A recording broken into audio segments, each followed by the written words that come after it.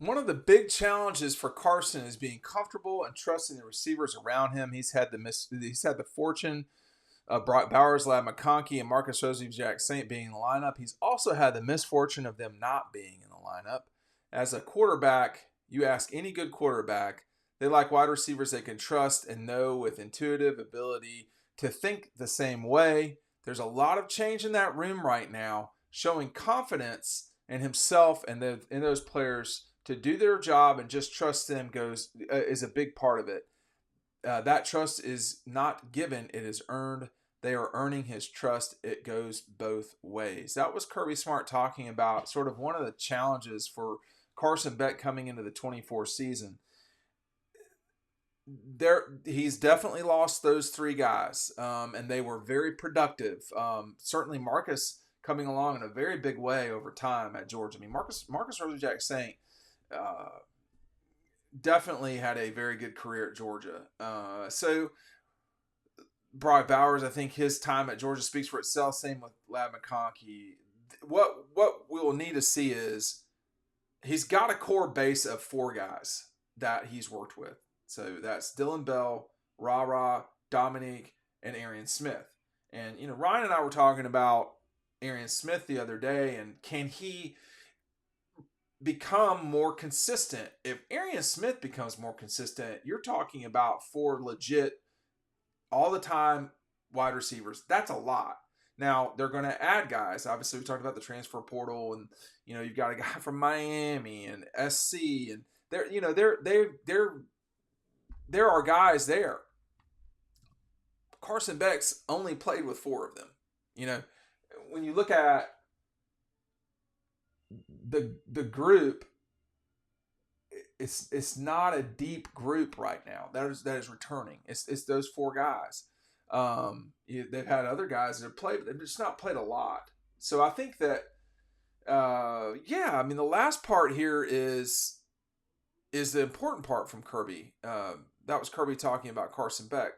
There's a lot of change in that room right now. Showing confidence in himself and in those players to do their job and trust them is a big part of it. Right away at the beginning of the season, you've got, 3 games that Georgia's going to play with Clemson, then Kentucky, and Alabama, where guys are going to have to perform. They're just going to have to perform. They should win. They probably should win all those games. Probably. But, they're just not going to roll the ball out there like they're playing Vanderbilt, who's not just a rollover half the time anyway, and win those games. They're going to have to play well. They're going to have to do what you got to do to win. And we just don't know a lot right now about Georgia's receivers. Right now, Georgia 3.5-point favorite at Alabama, a 12.5 over the Taters. I don't see Georgia Kentucky on here. It would probably be, it's at Kentucky. It would probably be close to 14-ish points, something like the Clemson one. So, this will be important for Carson. Now, Carson knows what he's gotten himself into here. It's not like this is new for him. By the way, Ohio State and Georgia, but Ohio State more than Georgia. But Ohio State and Georgia's national championship odds continue to get better. Texas's have a little bit as well. Really, everybody's did when Alabama got knocked out. Georgia's didn't really have a long way to go. They were already at plus 350. They're at 300 right now. But I think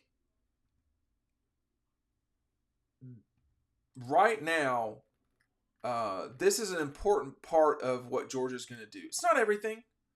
It's not, because there are serious strengths on the offensive line.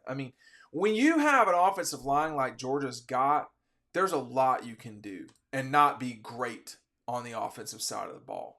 Right now, the betting public is betting that Alabama will be under 9.5 wins. That would be a disappointing season for Alabama, y'all. That would be a disappointing season for Alabama. Auburn is under is at 7.5. You can say whatever you want there. The Gators are at 5.5. Kentucky is at 6.5. LSU 9.5. So just like Bama. Missouri is at 9.5. OU 7.5. The Rebels 9.5. We've just entered a new time in this league. Tennessee is at the same level in terms of coming into this season as Alabama. Now that's hard to get your head around. Vanderbilt at 2.5, A&M is at 8.5. So Georgia and Texas are the two slight favorites to do this. But again, are you going to get where you need to go if the quarterback receiver thing is not? I mean, Carson has never played as a starting quarterback without those three guys. That's just what it is. Now, is that a huge deal? I don't think so. I mean, really, Stetson had never been a starting quarterback without Broderick Jones being, his left tackle. So, I mean, it's just, sometimes we can kind of overdo it. But where are we going to be at the end of spring? How crisp will Georgia look at G-Day throwing the ball? Because Carson Beck's probably going to throw it 30 times, 40 times. I mean, I'm trying to think. I mean,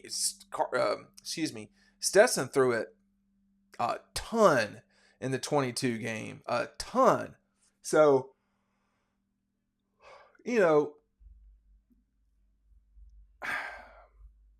we'll just see how it goes. I think if they can make that a strength, perhaps not the strength of the team, you're going in the right direction for sure. Make sure you're signing up for our newsletter. The link for that is down below. I've got that signed. Keely Ringo Dawg Instruction I'm going to be giving away sooner than later. Make sure that when I tell you that you've won, that you respond to me, because I've had in the past where people just never respond. So that's no good. But actually that's quite annoying, because you've won something that's pretty valuable for free just for signing up for a newsletter that's very valuable as well. So sign up for the newsletter today. The link to that is down below. We're coming in the first scrimmage of the season on Saturday. So how the calendar works from here on out. They've already had their first Saturday. From here on out, it's basically scrimmages, I'd say. You have your first scrimmage is what they said this weekend on the 23rd. Obviously, G-Day on the 13th, which is a practice technically. But these Saturdays are full of scrimmage situations or scrimmages. And we're just going to see how they perform. We'll hear about it on Tuesday, the 26th. It's a coaching convention this weekend. So there will be plenty of stuff that will trickle out on the message board over that time of guys people who have been there to check it out. But I think globally speaking, in the spring we always hear who's doing real great. Sometimes folks watch practice that they have an inflated view of a particular part of practice or a player or whatever. And, usually what happens is guys don't come out of the blue. If they're tearing it up in the spring, they got to back that up in the summer and then the fall before there's really any reason to believe that, a person's really going to be great. And even then with somebody like a CJ Allen, man, it takes nearly half the season for that to be really noticeable on the field. So will that happen this spring? Will that happen with Georgia's receiver? We already know that Ra and Dominique are really good receivers and can perform. Same thing with Dylan Bell. We know that Arian Smith can change games.